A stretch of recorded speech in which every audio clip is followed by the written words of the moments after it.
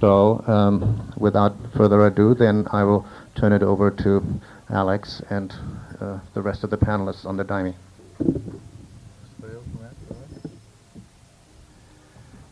Bem, para mim é uma grande honra estar aqui no meio de tantas pessoas ilustres. For me, it's a great honor to be here in the middle of so many illustrious people. Ligados à pesquisa sobre esse tema da ayahuasca. Linked to research of the theme of ayahuasca. Tem um problema concreto, né, que dificulta um pouco a língua, né, para se comunicar e traduzir. We have a concrete problem, a small one, which is that the language is a bit of a barrier here. E o tempo também, então eu vou começar logo aqui a minha exposição. And time is going to be short. Então vou ler primeiro os parágrafos maiores, depois, né? Então sem dúvida que esse tema é um tema muito fascinante, que tem atraído cada vez mais a atenção das pessoas em busca da sua espiritualidade. Nessas últimas décadas, realizaram-se também muitos estudos em diversos campos da ciência moderna, principalmente daqueles que lidam com o enigma da consciência humana. Talvez porque a decifração desse enigma seja quase que uma condição para a cura e a sobrevivência da humanidade. This invitation from my good friend Ralph Metzner to participate in this meeting together with such well-known names and connected to the practice and research of ayahuasca is a great honor. No doubt this is a fascinating subject, which at the end of this millennium has each time attracted more attention from people who are in search of their spirituality. In these last decades, several studies were done in various fields of modern science, mainly those that deal with the enigma of human consciousness. I think that maybe to decipher this mystery could be a condition for the healing and survival of humankind. Hoje em dia, a resposta a essa pergunta, o que é a consciência, nos leva necessariamente também a perguntar o que é a realidade, ou melhor dizendo, qual é a realidade dos eventos ao nível da consciência. Isso comporta muitas teorias complicadas. Em função das lacunas que existem nesse ponto, fala-se muito de uma crise de paradigmas. Nowadays, the answer to the question, what is consciousness, leads us also to the question, what is reality? Or even better said, what's the reality of events at the level of consciousness? This implies several complicated theories. When taking into consideration the A realidade como ela é imaginada em termos do macrocosmo não funciona como deveria no microcosmo e vice-versa. Essa é uma crise de natureza epistemológica. Transposta para o nível da consciência, parece que a realidade está sofrendo uma crise de identidade. Físicos, biólogos, psicólogos, místicos, poetas, xamãs, todos procuram uma resposta. Uns fazem experimentos de laboratório e outros experienciam novas formas de consciência no seu próprio ser. The reality as it's imagined in terms of the macrocosm doesn't work as it would in the microcosm, and vice versa.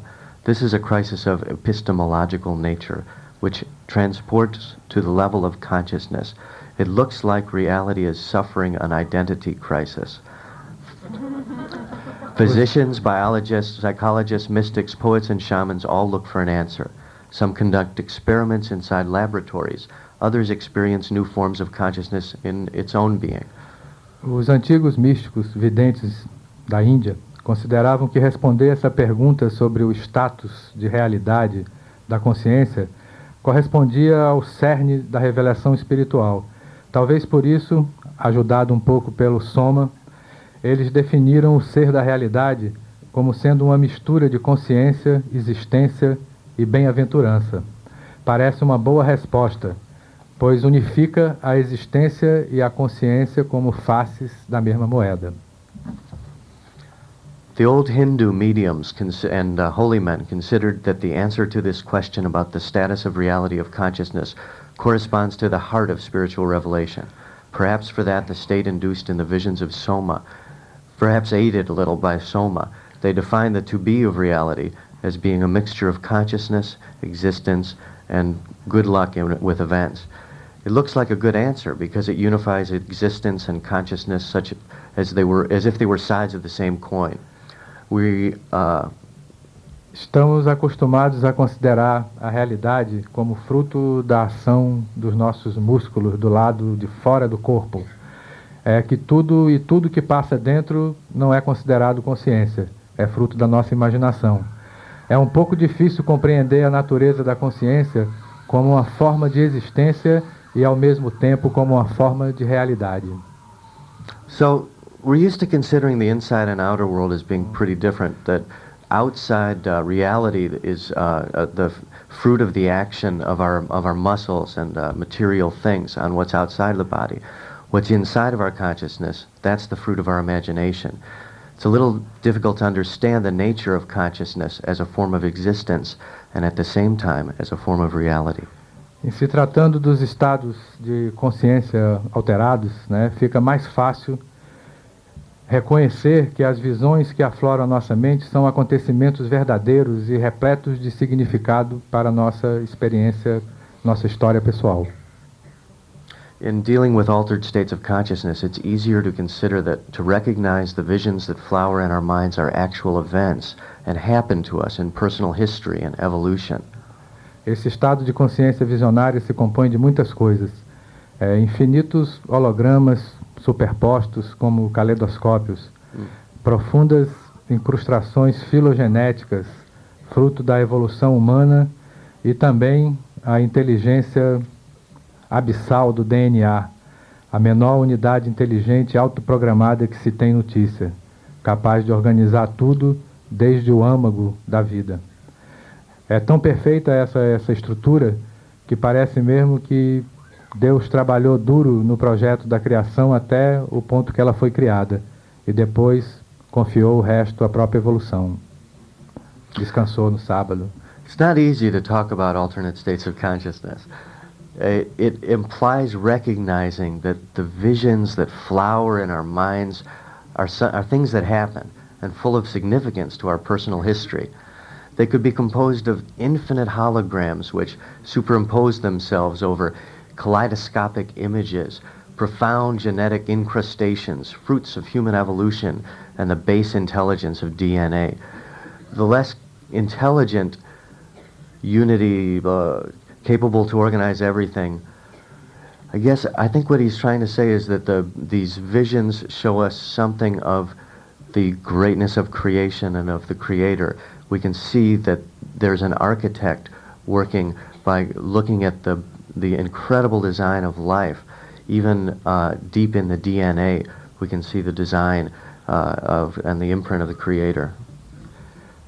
Toda essa imensa biblioteca acásica, como chamariam os teosofistas, está à nossa disposição em condições não usuais de tempo e de espaço, o que exige de nossa parte uma sintonia específica de consciência, capaz de nos levar até esse banco de dados fabuloso da memória filogenética e da evolução espiritual do homem, onde estão, inclusive, muitas respostas para as questões do presente e do futuro da humanidade.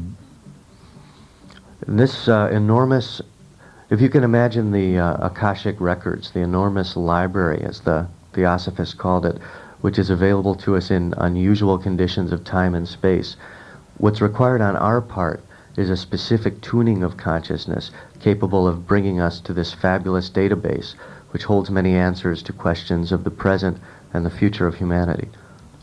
Essa bebida sagrada, ayahuasca, Santo Daime, quando tomada com a finalidade espiritual de estudo e autoconhecimento, nos fornece uma sofisticada técnica de acesso induzido à mais genuína experiência mística. Através dela, ultrapassamos as últimas fronteiras da psique, além dos mundos noéticos de formas e arquétipos, e adentramos pelo território da mais pura espiritualidade. This sacred beverage, ayahuasca Santo Daime, when taken with this spiritual goal of study and self-knowledge, gives us a sophisticated technique to access and cross the last frontiers of the psyche, beyond the noetic world of forms and archetypes, into the territory of pure vision. O verdadeiro cerne dessa experiência de realização mística, fundada no trabalho de expansão de consciência pela via enteógena da ayahuasca, do Santo Daime, é o estado de miração ou de consciência visionária, algo que está ainda mais além da consciência alterada, expandida, do estado de concentração ou meditação. Os eventos da consciência visionária São fenômenos que, além de serem reais, são também estruturadores de níveis cada vez mais sutis de realidade.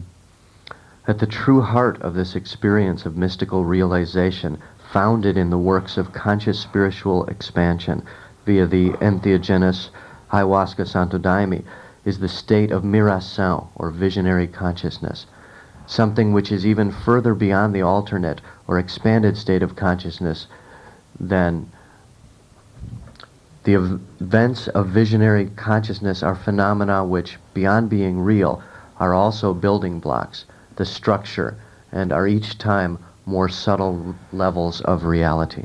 No estado de consciência da miração, que é o momento culminante do nosso trabalho, é como se todas as ordens e sequências de eventos e fenômenos, todas as possibilidades de ser, estão ali à nossa disposição.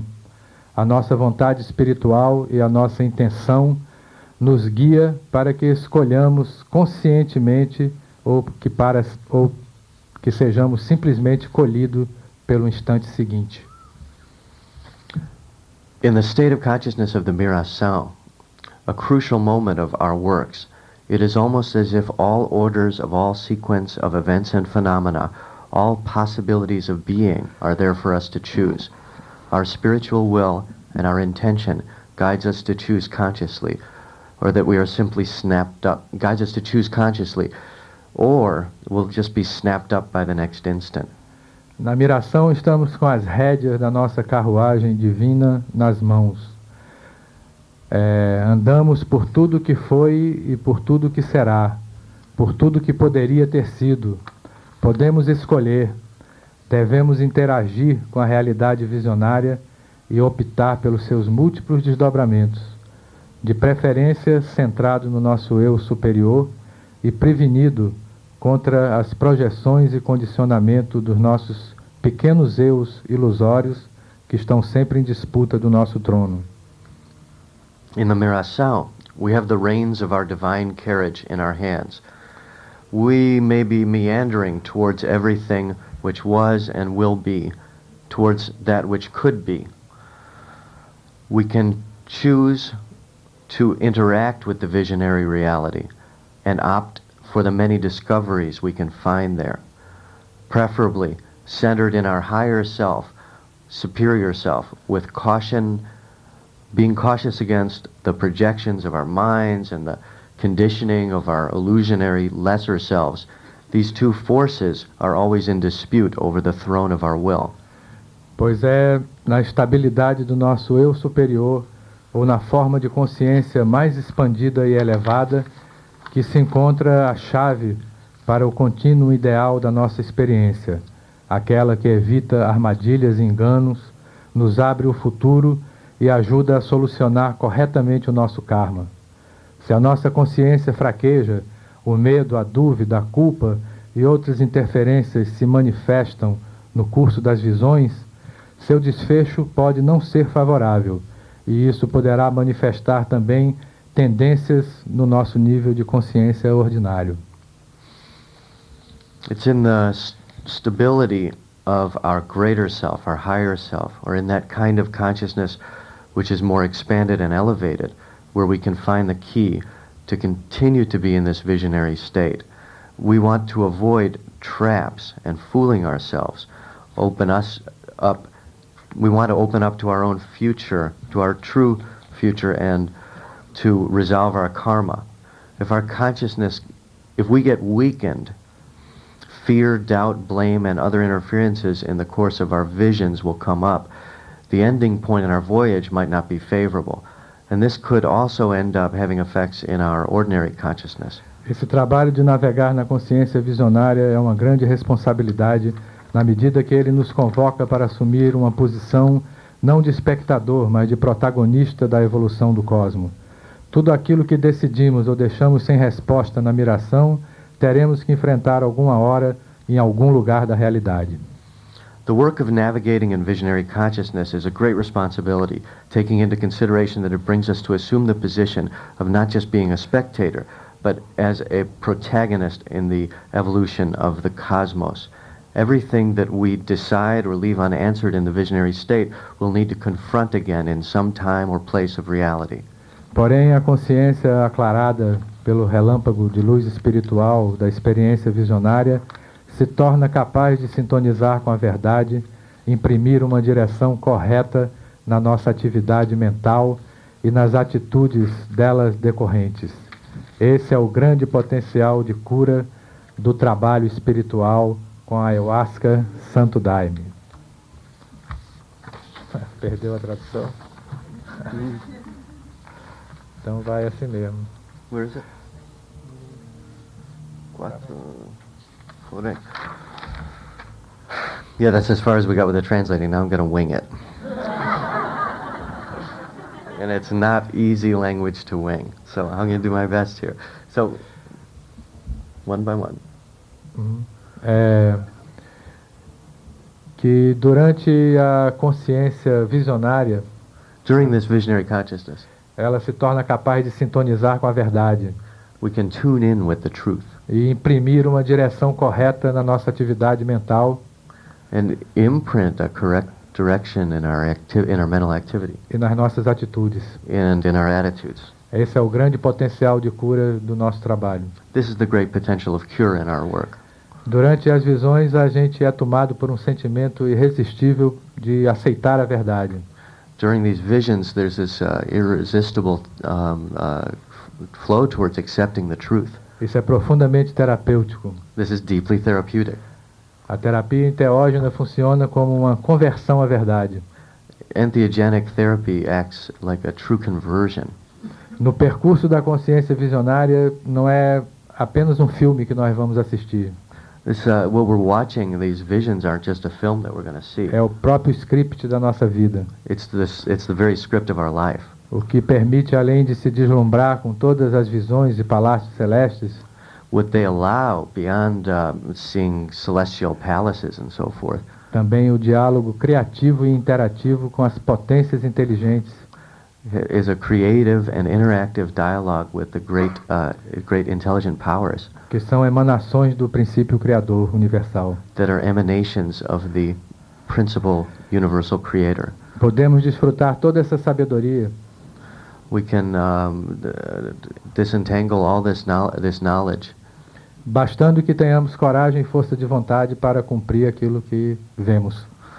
As long as we have the courage and the willpower sufficient to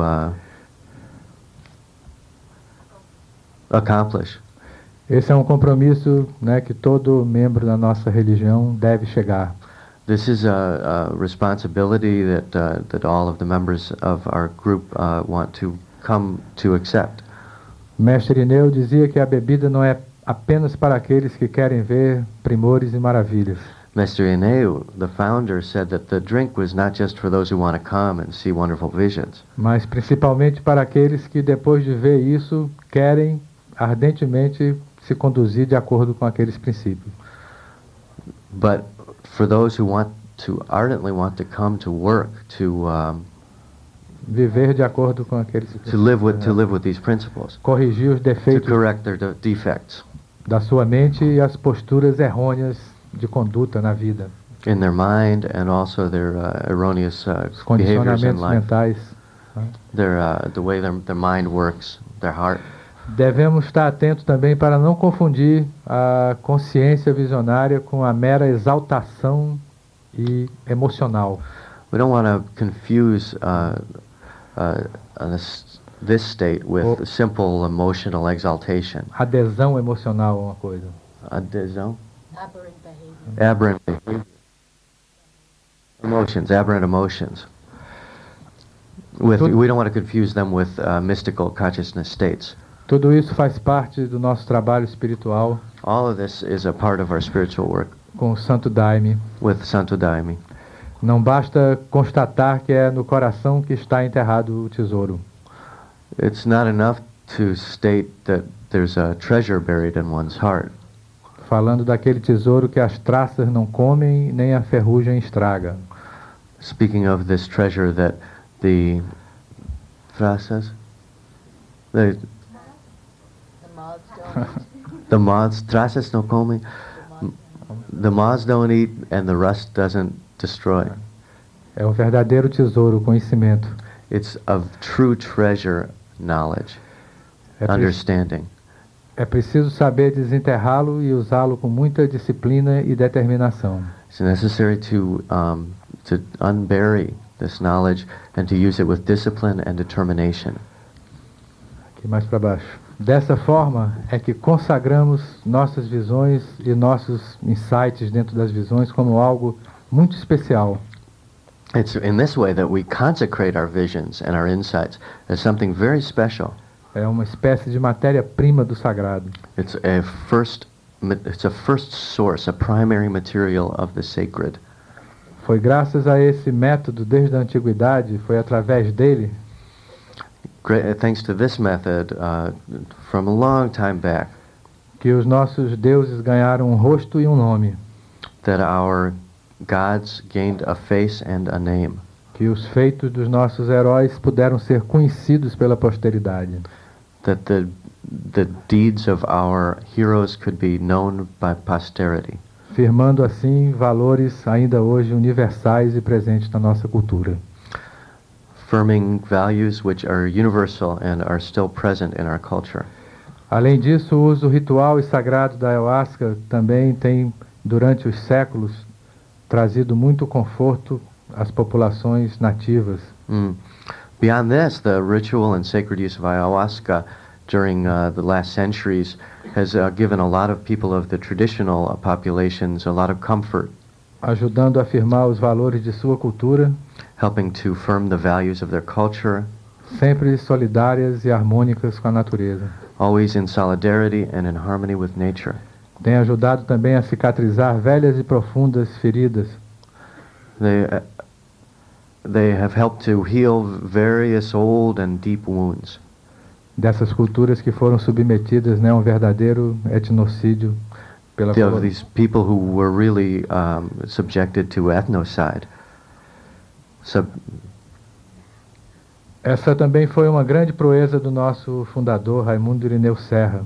And this was a great project of our founder, Raimundo Irineu Serra. Quando ele batizou a ayahuasca, né, como Santo Daime, When he first called the sacred tea ayahuasca Santo Daime, he first gave it the name, querendo dizer com isso a divina invocação, Daime, Daime, luz. wanting to say this, the divine invocation, the prayer, give me, Realizou uma grande síntese. realized a great synthesis. Transformou o sacramento dos povos que foram subjugados em nome de uma evangelização deturpada e criminosa, Transformed a sacrament of a people who had been subjugated in the name of an evangelism which had been turned almost criminal into a crystalline fount, numa fonte cristalina de luz que revivifica os ensinamentos e a fé cristã original. into a crystalline fount of light which revives the teachings of the original Christian faith. A mensagem do mestre Irineu, continuada pelo padrinho Sebastião, The message of Mestre Irineu, continued by Padrinho Sebastião, continua ampliando cada vez mais, se ampliando cada vez mais, is always getting greater as it's spoken, atendendo a demandas cada vez mais complexas, atendendo answering à procura, demands which are each time more complex, e promovendo esse importante religare a essa experiência religiosa, mística, fundamental e originária. bringing about the original meaning of the word religion, this relinking with the original experiences of religion, religare. O que talvez se constitua hoje na única saída para essa estranha situação que vivemos. That maybe constitutes the only exit from this strange situation, Como seres singulares de uma espécie tão evoluída como é o Homo sapiens, that we live in as being singularly developed and evolved as the species Homo sapiens, tão evoluída que é talvez a única capaz de se dizimar e as outras e a si próprio. but so evolved that we're probably the only species which could destroy ourselves and others. As visões, como já vimos, não podem ser apenas um refúgio, um oásis no deserto.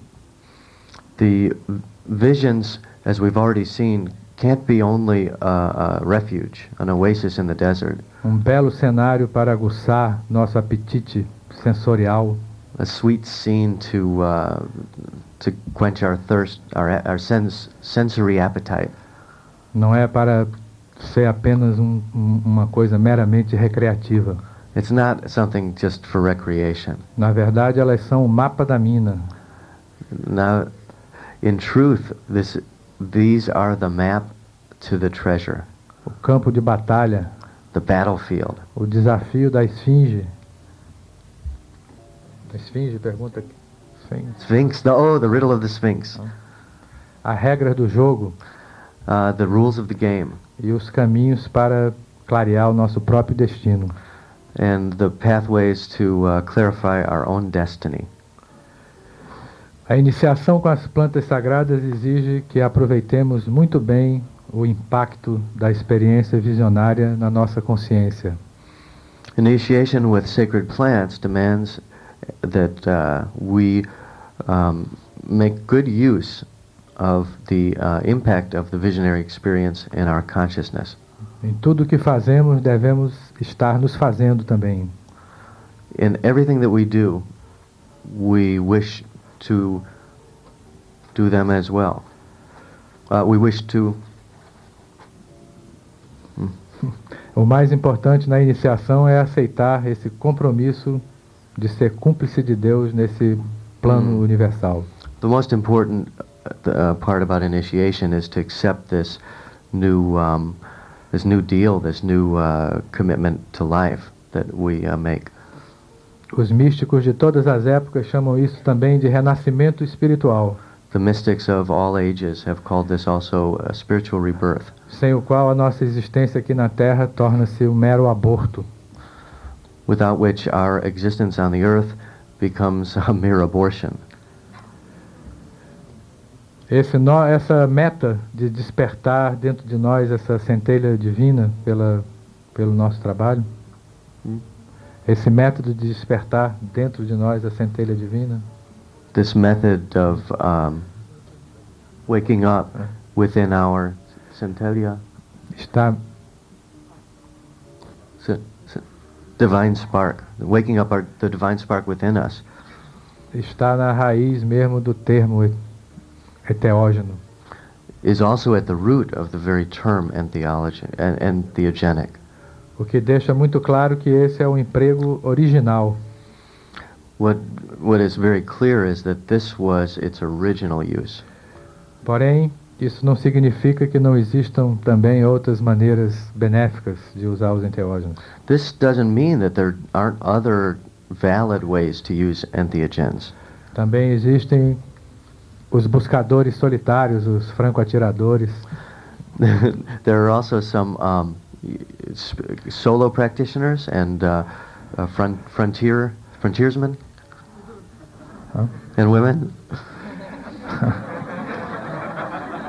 O testemunho de muitas pessoas de grande integridade intelectual, né, que influenciaram toda uma geração de pesquisas, the testimony of all kinds of researchers. Where are we? Estou dizendo, existem as pessoas, né, os buscadores solitários, os pesquisadores, as pessoas que... Oh, there's people out there who are traveling on their own, who are blazing their own paths, as it were, solitary. Então, também, né, devemos render homenagem a essas... Oh, he wants to honor and acknowledge those people. Brilhantes companheiros de viagem, navegadores que fizeram muitas descobertas no mar sagrado da mente. Brilliant comrades in this voyage of self-discovery who've gone to tremendous places of the mind. Em busca de novos continentes, novas direções que nos ajudem na nossa caminhada. In opening up new places to go in our path. Também muitos estudiosos da mente, né, terapeutas, que se esforçaram em compreender melhor esse fenômeno da consciência para, inclusive, ajudar o homem a ter uma existência mais feliz e equilibrada. There's even been many therapists and scholars who worked to understand better the horizons of the mind, opening certain mysteries of human consciousness that habilitam. Mas mesmo com todo o respeito que nós temos por toda forma de busca autêntica, But all the same, with all the respect that we have for every form of true seeking, nossa posição é diferente bastante do navegador solitário que só tem compromisso com a sua própria viagem. our position is different from that of the navigator, the solitary navigator who only has a commitment to his own voyage. Para nós, o uso do enteógeno como um sacramento religioso nos impõe uma tremenda responsabilidade. For us, the use of entheogens as a religious sacrament brings to us tremendous responsibility. Por isso, somos obrigados a assumir o risco de nos institucionalizarmos. For this, we are obligated to assume the risk of becoming institutionalized, of becoming an institution. Afinal de contas, nosso trabalho é preservar um caminho espiritual para nós mesmos e para gerações futuras. At the end, in the end, our work is to preserve a spiritual path for ourselves and for the future generations to know as well. O que está em jogo não é apenas o meu direito e a minha liberdade de navegador solitário. What's at stake isn't just my right and my liberty as a solitary navigator, mas um sentimento de caridade de quem está disposto a partilhar isso com aqueles que queiram e sejam capazes de receber essa graça. but a feeling of charity of who is disposed to share this with those who want it and who are capable of receiving it. Esse caminho começa em cada um se conhecer. This road, this path, begins in each one knowing oneself, E termina em transformar a sabedoria adquirida por todos em uma união. and finishes up in transforming the knowledge acquired by all in union. Portanto, o desdobramento natural do nosso trabalho espiritual com o Santo Daime é a criação de uma vida comunitária. Podia apagar a luz aqui And, um pouco? Following this natural path of our spiritual work with Santo Daime is the creation of a community life. Então vamos estar passando aqui algumas cenas da nossa comunidade. So let's see a few scenes of our community. A comunidade é o cenário ideal para a prática das instruções e dos ensinamentos revelados pelo nosso trabalho espiritual. The community is the ideal scene for the practice of the instructions and the teachings revealed by our spiritual work. Nossa religião... Pode ir passando. You can keep going with the slides. Vai botando. He's got a lot. Nossa religião enteógena prescreve não um alheamento do mundo material, mas uma exigência de o modelarmos melhor a partir das nossas visões, dos nossos insights. Our religion, our entheogenic religion, prescribes not an alignment of our material world, but a requirement that we model better from that which proceeds from our insights. Nosso berço é a floresta amazônica.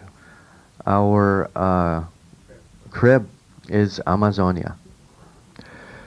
Lá estamos procurando preservar a floresta e desenvolver uma vida autossustentável em harmonia com ela. There we are looking to preserve the forest and to develop a self-sustaining life which is in harmony with the forest. Isso também faz parte do nosso trabalho, This also is a part of our work. dessa religião xamânica, This shamanic religion, cristã, Christian, enteógena entheogenic, e também ecológica, and also ecological, fundada na busca de conexão e diálogo com o divino, founded in the search for the connection and dialogue with the divine, a partir da expansão de consciência proceeding from the expansion of consciousness, obtida pela bebida sacramental por nós denominada Santo Daime. obtained through a sacred drink for us called Santo Daime. Santo Daime ou ayahuasca, Santo Daime or ayahuasca, nosso sacramento, our sacrament, não é uma droga, is not a drug, nem os motivos que nos levam a tomá-lo uma adição. and the motives that bring us to drink Santo Daime is not an addiction. O que nos leva a comungar ritualmente esse sacramento, What communga? communion, Communion, that which lifts us to communion ritually is a noble and just aspiration de elevação espiritual. of spiritual elevation. Trata-se, portanto, de um direito de liberdade religiosa, We also look at this as a right of religious liberty, um direito inalienável de toda pessoa humana, an inalienable right of every human person eleger para si uma prática religiosa to choose for themselves a religious practice que a ajude a ter uma compreensão espiritual that helps them have a spiritual comprehension de si mesmo of themselves e da saga humana sobre esse planeta. and the human saga being played out on this planet. Não podemos nos envergonhar desse caminho, We can't be ashamed of this path porque consideramos ele um verdadeiro tesouro espiritual because we consider this path a true spiritual treasure e cultural da humanidade, and a cultural treasure of humanity, bastante digno de ser preservado worth preserving em benefício das gerações futuras. for the benefit of future generations. Obrigado. Thank you.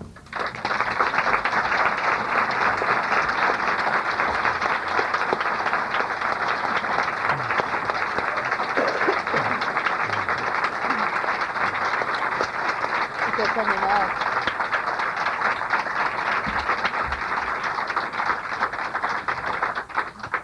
Estão passando ainda alguns slides sobre o feitio da bebida Oh, e this da is the- comunidade. This is the process of feitio, of the making of the ayahuasca.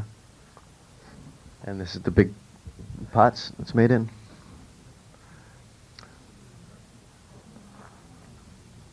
Pouring out, this is in process. That may be finished, may not. This is finished because they're straining it. And that's Daime. They're bottling it after it's been cooled and aerated. That's Padrinho Padrinho Alfredo, o nosso líder He's the leader. espiritual. He's the leader of the community, the son of Padrinho Sebastião. This is part of the weaving project that's happening in Mapiá.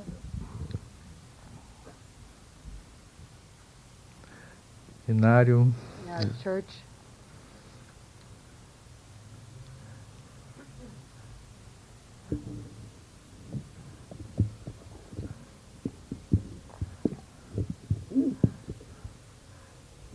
ok.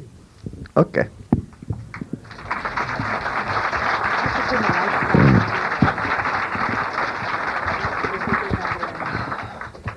So thank you, Alex, very much. And thank you, Stephen, too, for your translation. I'm glad it was you. Thanks, Lucia. Thanks, everybody.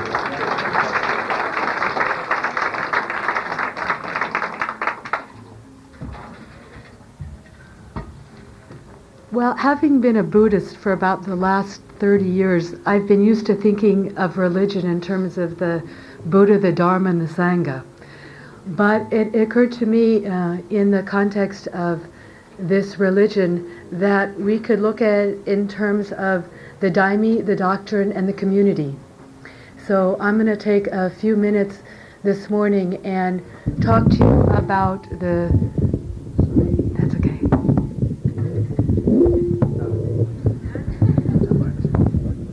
Here, put it on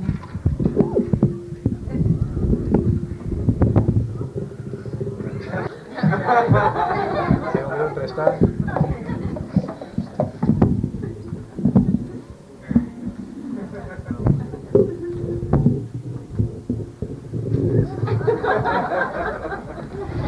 This is fine.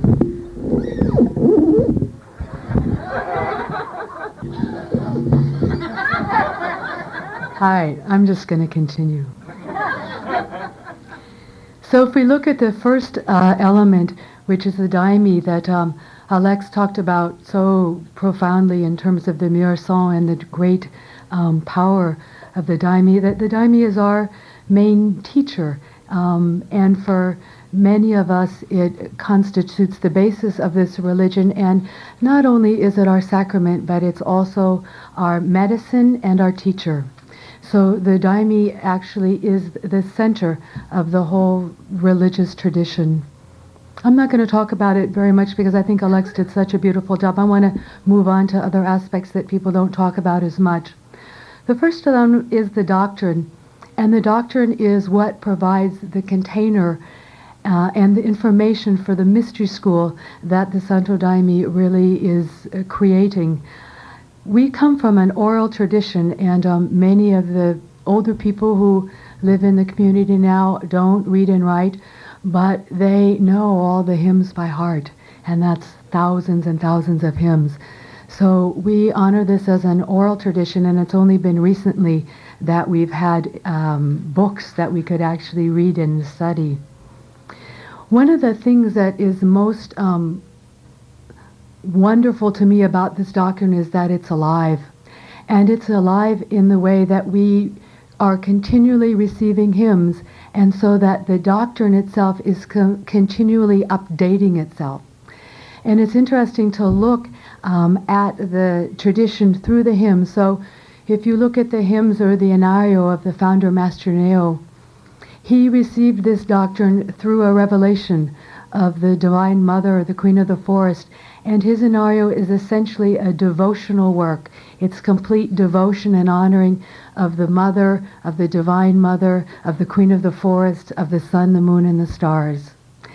And then if you move on to the Inario of Pedrinho Sebastián, who is the man who's was the leader of this, our lineage, and the man who started Céu de Mapiá, in his Inario, O Justiceiro, the justice, he talks about discipline.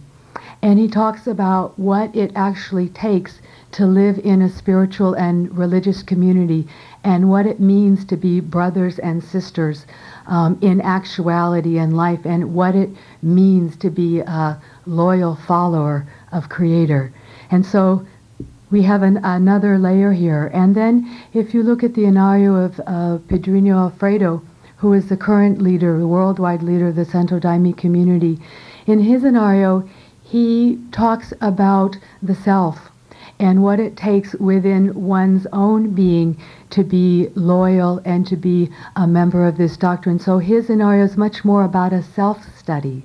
So we can see the evolution of the doctrine through that. And then the latest manifestation since the doctrine has moved out are all the hymns that are being received in other languages, and how those hymns reflect the cultures from which they're coming. In Japanese and Italian and Spanish, in each one of them have their own particular flavor dependent on how the daime is acting in their consciousness and in the context of that culture. So we're also entering into a whole nother layer of the doctrine as it's evolving in that way. When I started, we didn't have any books, and therefore no translations, and I spoke no Portuguese. So I basically sang and danced for 2-3 years, having absolutely no idea what I was saying. It was just pure faith and the experience of what it was like to sing those songs, the physical level experience, and the revelations and the understandings that came through in another way. And I remember very distinctly the first time that I sang and I actually had an understanding of what I was singing, and it took me to a whole nother dimension. And in that dimension, I prayed very much to understand, to learn Portuguese, so that I could continue that understanding. So that was the first level for me of understanding the hymns. And then A year or so ago, we were singing the Enario of Pedro Alfredo, and we were about to sing a particular hymn, and all of a sudden all of us froze and nobody could remember the hymn. And it wasn't like we didn't know it, we just couldn't remember it. And in that moment, we all had to stop and concentrate, and I was looking at my hymn book, and I entered into a mirasao, and the pages on the words on the pages of the book expanded, and it was like there was a ray of light that went all the way through the book, through the hymn. And in that moment, the whole energy just got very, very big, and it was like a light went off in my head, and I looked down into the book, which was like looking down into a tunnel that extended out. And as I looked down through the tunnel, at the very end of it, I saw Pedro Alfredo's face, and he was looking at me, and he had this twinkle in his eye, like, oh, you finally got it. And what I understood in that moment is that the hymns teach us on many levels. And so on one level, they're the printed word that's on the page that we sing and we dance. And on another level, they open up the mystery. And so while we're being taught on one level, which is the words of the hymn and the energetic frequency we understand, we are also being taught on the astral plane a whole nother level. So when we sing the hymns, we're both learning on this plane and in many other planes. And the hymns themselves call in the spirits and the energy that help to inform us. So these are the essence of our doctrine. The other aspect that I want to talk about is the community. It's a very interesting phenomenon to live in a community that has as its basis spiritual revelation. So in that, there's a unified consciousness that's gained around that, in that each one of the people who come to live in a community such as that places at the forefront a spiritual consciousness. And when you have a group of people who are united and unified in a spiritual consciousness, this in effect influences the community so that the community becomes itself a reflection of this consciousness, which then can hold each one of the members in their own spiritual evolution and development. So that as each person moves along in their own spiritual development, the community holds them. And then as people evolve, the community itself expands and evolves and continue along in its mission that is parallel along with the mission of each of its members. So it's a very beautiful interconnected system. I've seen this happen in a lot of ways in the community in Mapia. One of the things that I mentioned was what's happened with the women and the whole women's movement in the community of Mapia, where 10 years ago, based on mostly a cultural, I think, inhibition, many of the women were very pretty quiet and took on a secondary role. And with the outgrowth of the doctrine and the influence of many other people's, other ideas, and other cultures, there has been an incredible growth and expansion in the women so that they are finding their own voices and finding their own places in the community, and as a matter of fact are pretty much ruling the community at this point. And it's been a very beautiful natural evolution to see how how they have evolved through the force of the tea itself and through the shared consciousness that's come. And one of the things that I have been very involved with in this community has been in the psychotherapeutic and the more of the healing arts. And when I came to first came to Mapia, nobody did massage. Hardly anybody hugged each other or touched each other. And now, everywhere you go, the girls are giving each other massages, and the kids, sit around and they rub each other's shoulders, and you get great hugs. And so there's a whole consciousness that's changed. And one of the other things that I've done, and other people have started on, and it's happening very much in this country and other countries, is the cross-pollination of psychotherapy and spiritual practice.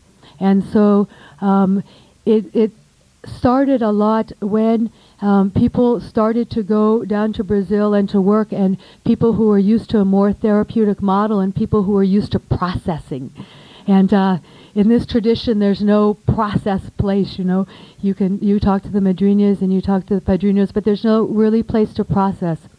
And so we found it was very useful to incorporate some psychological tools in the terms of breath work, focusing work, just discussion, and the emphasis on what's actually happening inside of you, your own kind of personal processing. So it's been a very rich cross-fertilization, and something that we are evolving at this point of how to bring these two aspects together. And it's something that we're also working on Céu de Mapia, and is very evident in the healing center that's being created now there by a team of women who are very interested in bringing in other disciplines. And so it's constructed along the lines of Padrino Sebastian, who determined that Wednesday was the day of healing, and all day long from 4 o'clock in the morning all the way to the night, you can come to this house and drink daime and do a variety of things. So we were doing bioenergetics using daime, we're doing breath work using daime, and a lot of kind of personal process work in a exploration of what it actually means to bring these two aspects together. So this, I think, has been a very wonderful development in the community, and I say very much a tribute to Padrino Alfredo and his commitment to follow where the spirit of the daime is leading him.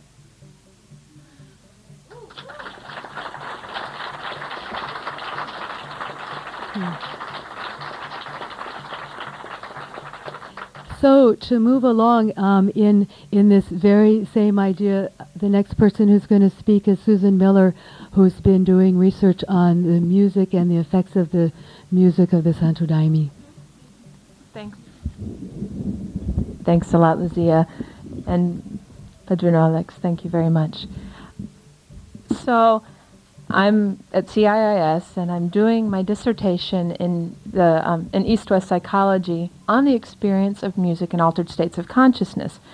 I decided to explore music in altered states because I couldn't find anything that really made sense to me in the field of psychology about how music really affects us. And there's stuff out there, none of it really clicked for me. And I thought, using the microscope analogy of altered states as a microscope, as a way to expand whatever is happening to us, whatever we're experiencing, I thought, oh, what a great thing to do. I can understand how music affects us in everyday life by looking at how music affects us through altered states as a possibility. And along that line, I started looking at a lot of indigenous cultures and different traditions that have a rich heritage of using music in connection with trance state and altered states. And I luckily found a friend that said, oh, you got to hear this tape. And it was the tape of the Santo Daime. And so then I began to look into what this church, what these people have to teach us about how music is used. It's a very rich tradition. And some of the things I had been learning about the connection of music and altered states beforehand that also fit in my understanding of how music works within the daime works there are 4 basic ways that music in general that I have found entrain us, entrain our brainwaves, entrain our psyche into altered states. And first one is most of us know is like the rhythmic drumming. I mean, that's probably the most common, and it has a way of driving the brain waves into entering often the alpha state or an altered state of consciousness, in a way of driving the rhythms. And you can see that in the Santo Daime because they have the maracas, which are very harsh rattle, metallic rattle sound that's always there, and it kind of keeps the movement flowing, and your consciousness shifts with that as well.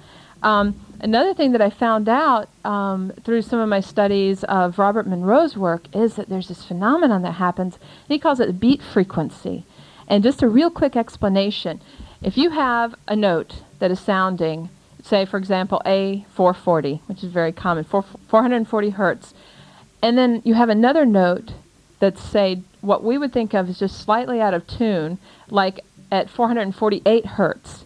I don't know if you've ever heard two people singing slightly out of tune. You get this kind of wah, wah, wah, wah, wah, wah kind of thing happening. Well, that's a beat frequency. And those beat frequencies have a way of driving your brain waves to match it very powerfully.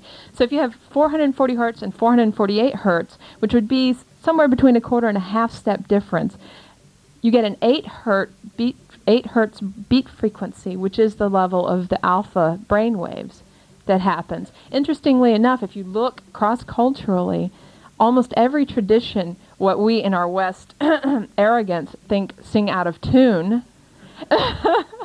it's purposeful. And this is true in the Santo Daime. As I was interviewing people for this, someone explained to me that they mean to do this. This is purposeful because it has such a profound impact on your experience and can alter your consciousness. Another way that your consciousness can be altered is through a certain property of resonance. When you have one vibration going and it meets another vibration that's different, they will work it out. They'll hit on each other until they kind of come together. And then they vibrate in harmony. And this happens acoustically. It also happens in your body. So if you put sound on your body brain waves will work until they make what's called a standing wave. They come together in harmony, so then they work together. So that can also change your brainwave pattern and enter into an altered state. Another form of entrainment for music is what I call symbolic. That's if you are in a culture that regularly uses trance states with particular songs and music, and you see people entering into altered states through this song, then you will then learn to enter into an altered state with this particular song. It's kind of conditioning. Some other things that are related to music in that way that I've spoken with some people before, and I just need to mention briefly, are as you're singing or playing wind instruments, you're breathing very deeply, and that deep breath certainly has an ability to change your consciousness, as well as music is almost always in cultures connected to dance. And the movement of dance also has abilities to transform your consciousness. So, and certainly the dance in the Daime church, we dance, they sing, they get the breathing, they get all of that stuff going so that it adds to the altered state from the medicine. But then there's more to the understanding of how music works with us through the Santo Daime. And that's what I found really exciting. Even after all of that, there's more. So I interviewed several people who had been to Mapia and who were around and willing to talk about their experiences of music. So I asked, what is your experience of music during a Santo Daime work? And I got some really great answers and some great understandings. And then I also, of course, most of you have read this book, the Ayahuasca book, and hopefully many of you have read The Forest of Visions by Padrino Alex. And all the other literature I found on ayahuasca, music was almost always mentioned as an integral part of the process, you know, and so it was so exciting. So then I started finding out, okay, what does this mean? What is it about? And talking to the people. And the first thing I realized or learned is that they don't compose the songs. They don't write the songs. They receive the songs. I mean, even some people who consider themselves absolutely non-musicians have received some of the most beautiful songs. And this happens through an opening up, and they believe that the songs come from the astral plane, which is like a parallel reality that lives within us as well as in the cosmos. It's like a spirit realm. And these hymns already exist in the spirit realm. And then they come through and they come out. And then as they do, they don't belong to anybody. Not the person who wrote them. Nobody copyrights them. It's like nobody owns them. They are a part of the community as the hymn. And this is a quote, real quick quote from Forest of Visions. To the practitioners of the doctrine, receiving a hymn is a special moment in our work. If we have the facility, an intense dialogue with the divine force becomes established. So through receiving these hymns, we open up a connection and a communication with the divine. And the hymns wait. It's almost like they wait for the right time to be revealed through the right person. As Lucia mentioned, the doctrine is revealed and the teachings are revealed through the hymns. And part of that creates this great dynamic process. So the doctrine is always evolving and it's always changing. And the hymns that come through are what transform and change the doctrine. So it's a very alive, it's not, I know that there is that fear of becoming an institution, but as long as the church, continues this process of allowing the hymns to come through and influence and change the doctrine and let it evolve, hopefully the institutionalization won't be a problem. And it is through the hymns that one enters into a dialogue with the divine and also receives the teachings and support during your spiritual path or work. And part of that is that during the works, the music acts as a guide, as a way to kind of pull you through. I know, a lot of people have been doing psychedelic work and they talk about, bad trips. People get stuck in places. Well, with the use of the hymns and the music, it leads you, the music has a way of guiding you through. And then another song will pull you into a different place so that it's a constant movement and you don't get stuck and have a bad trip and get all bummed out. And the music also works as a touchstone to remember your experiences or your miracles. If you have a great experience or revelation, and then you can remember what song was playing, and it becomes a way of recalling your experience. And one of the other things that I found really interesting is that everybody interviewed talked about how certain songs evoked not just emotions, but the songs evoked specific entities. And here's a quote from one of the interviews. Each song calls different forces. Some songs call for St. Michael, for example, some for Santa Maria. So there are different songs in the tradition that bring down different entities, different beings that then work within the work with the people. And another person I interviewed said something else that is embedded in them. It's like the spirit of the hymn, and it's a specific thing. We do our best to make the song around that being or that energy pattern. I think that the energy pattern for those songs exists prior to us putting lyrics and music around it to present it. This is the essence. So what that leads me to believe, and what I have learned is, and this is what is the most profound part to me, is that each song is its own conscious being. And I think that this actually has a lot of application even in our daily lives and our work with music. Is that every song that we hear has its own consciousness to affect us, and we enter into dialogue with this consciousness that we call a song or music. And it's especially important as we work in altered states because we're more susceptible and more influenced by our experience, by what's coming to us. So we must be very conscious that when we invite songs in, we are inviting certain consciousness in. And it can be the greatest tool.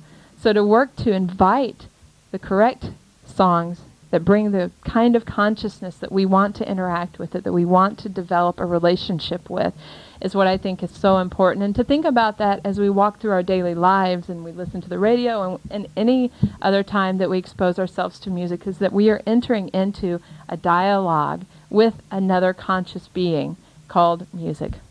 So, thank you.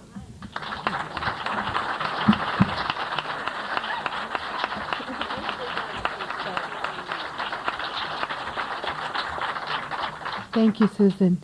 And now we have Maggie Quinlan, who's been intuitist and healer for 22 years and was able to spend some time in Celda Mapia and do some research on various people with healing. So she's going to talk to you about that. Good afternoon, good morning, it still is. Before I start, I want to offer a prayer of thanks to all of those people who have walked before us in this path, who have been holding the staff of this work for many, many years. Without them, we wouldn't be here, and I just want to offer a prayer of gratitude for them. I also want to offer my thanks to CIIS for their visionary support, which made my research possible, and again, which makes this possible. And I also want to offer my thanks to the community and the healers of Mapia, who, in addition to their tender care of me through my own healing crisis, were very supportive in being able to access people who would tell their stories. And I want to thank those people who were willing to tell their sacred stories of healing, because these are very, very important parts that in our culture we don't recognize as being a sacred part of our walk, is our healing. The research that I did took a very different direction than I originally had intended, and it was really clear to me from the very beginning that the spirit of this medicine had its own agenda and really wanted to show what the power was that it has to heal. And so I began all of a sudden hearing about people who had terminal illnesses and chronic illnesses, and that they worked with the Daime and they worked with ayahuasca and they were healed. In my own, by the way, this was a qualitative study, so I don't have quantitative research. I collected stories, and it was participant observation, so I have a couple of my own also. My own healing took place in two forms. One was that I've been dealing with ADHD in a very dramatic way for a lot of years, and when I got down to Mapia, it got very, very large for me. And so I kept asking the Daime, what is this? And one night the Divine Intelligence gave me a teaching that all of these, what we call disorders, this ADD, ADHD, dyslexia, that they are not disorders, that we in fact as a species are in the process of an evolutionary development, and that it's coming through our neurological system, and that we are being prepared to be able to receive much more both quantitative and qualitative information simultaneously so that we can process it. But we don't know how to do that yet. We're in the process. And so as a society, we term it a disorder, and we give children Ritalin and we try and make it wrong. And I just thought that that was pretty interesting, and I have more information on that. If anybody wants to talk, I got some great images, and we'll talk later. The other aspect of my own healing was as a healer. I've always worked with what's called gnarly energy, is my term for it. When I went to Mapia, they told me, in fact, I'm a trance channeler for suffering spirits, which was fine on one level, but the experience of it was another story entirely. But they were very gracious in teaching me how to discern those kinds of energies and how to move them much more efficiently through my body, so that even when I'm here and I'm not in any altered state and I'm working with people or working with groups, I'm able to do that, and I feel like I'm helping to facilitate both individuals and the clients and the groups in whatever way that I can. So that was very important. It's also important because an important part of the healing that takes place with Santo Daime and ayahuasca is on a spiritual level. There's a recognition that each illness has spiritual energies that accompany that vibration. And so when people are working with Daime ayahuasca, and I don't, I'm using both words because I want to honor all the traditions, but that it's not like there's a chemical in the ayahuasca that goes after these diseases, but that rather there's a shift in consciousness, and there's a way of the medicine addressing the spirits, so that in addition to calling in the spiritual doctors, there's also a way of addressing these lower level beings that have taken up residence in our body and that perpetuate the illnesses that exist. And when you're working with Daime and ayahuasca, it enables these beings to get transformed into other levels of the astral plane, and thereby helps the body to have more of a clear arena in which it can do its own healing work. The prime directives of our bodies are to heal and to live, and all we need to do is find ways to continue to support it, and it will do its job. And I don't want to simplify the concept of healing here also. You know, in the West we have a concept of healing that says if the body gets well, then you have healed. If there is removal of all symptoms, then you have healed. And that's not always the case. Healing has a lot of different manifestations. Sometimes when we drop our skin, that is our healing. Sometimes when we come to an understanding of experiences, that is healing. It's very broad-based, and I really want to expand our concept, even though what I'm going to talk about today are people who did have illnesses and they did heal on that physical level. I don't want to limit the concept of healing to that, because if I do this medicine, all medicines, injustice, and I do all of us injustice in terms of allowing us to heal in whatever way we can. There are 5 stories that I want to relate, and depending on time I'm going to have to run through them a little quickly. The first was a woman who had in her 20s experienced breast cancer, worked with the Santo Daime. She was fairly new to it, worked with it for approximately 6 months, and one evening during a ceremony where she could not participate, but as she heard it was the fichio, as she heard the jagubi being pounded, she had a vision of the cancer being removed from her breast. She is alive and well today. Another woman came to Mapia at the direction of a healer from another community, and she came with a large inoperable cancerous tumor on her neck. She worked with what's called one fingerful of daime every day until a liter was gone. And in 4 months, the tumor was reduced to half of its size, and in 8 months, it was completely gone, and she is a happy grandmother today. Another woman was told actually by the daime that she had ovarian cancer and that there was a problem with her head, which turned out to be what we would call encephalitis. The spiritual doctors came and worked on her. She had 3 separate operations, and it was interesting because when she went back to a medical doctor for confirmation, they were able to discern the ovarian surgery that had been done, that it was visible in the x-rays, and she was able to describe with such detail the procedure that was done on her brain with the encephalitis that it matched exactly the medical procedure that would have been done in an allopathic system, and the doctor encouraged her to keep going with it. So after 3 spiritual surgeries and a period of convalescence, she healed completely.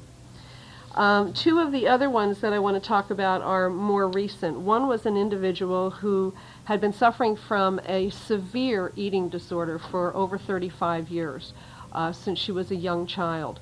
This woman did everything imaginable, tried every therapy, tried everything, and in the process studied so much and did enough therapy that she became a therapist herself in the process of trying to heal this, and yet after 35 years continued to throw up every day.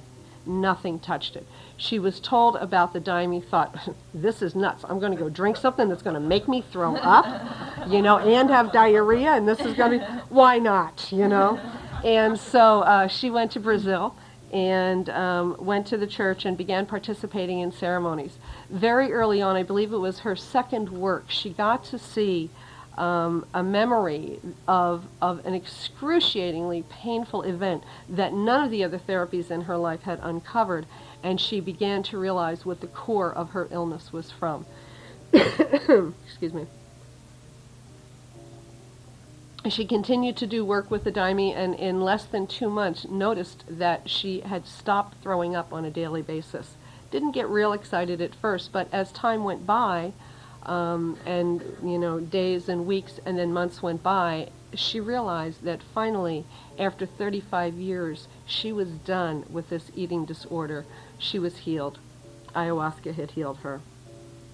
The next is an individual who I did an interview in Mapia. This is a 68-year-old man who was diagnosed with liver cancer.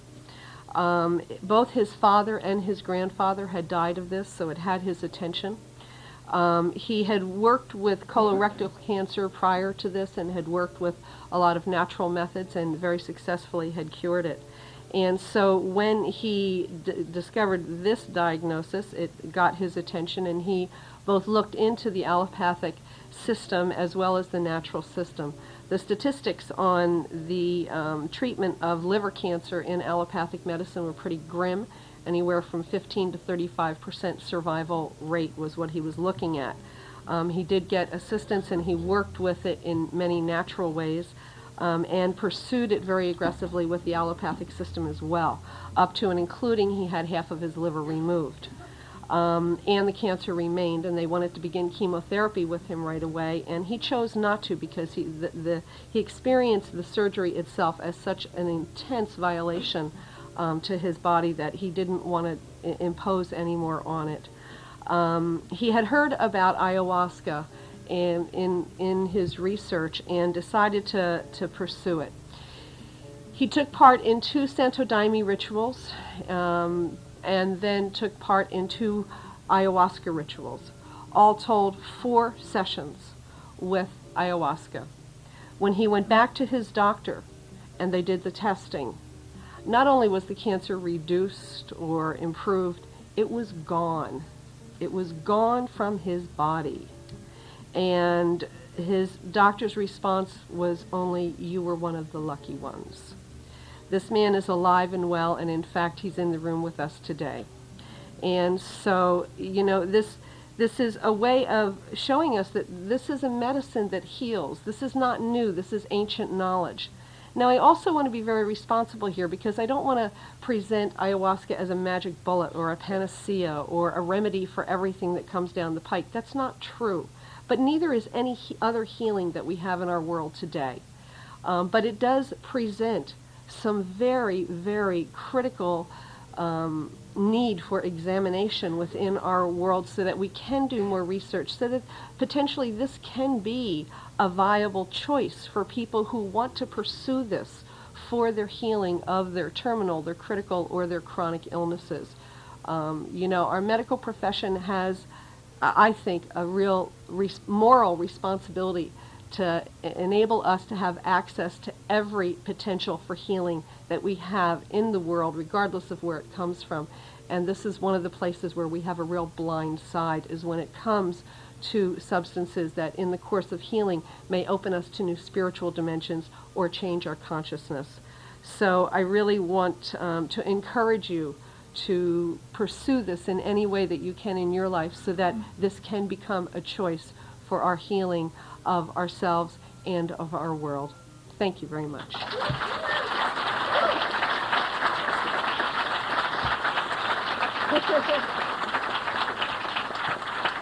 Thank you, Maggie. I also want to remind everybody that tonight is the vernal equinox. It's the official vernal equinox tonight.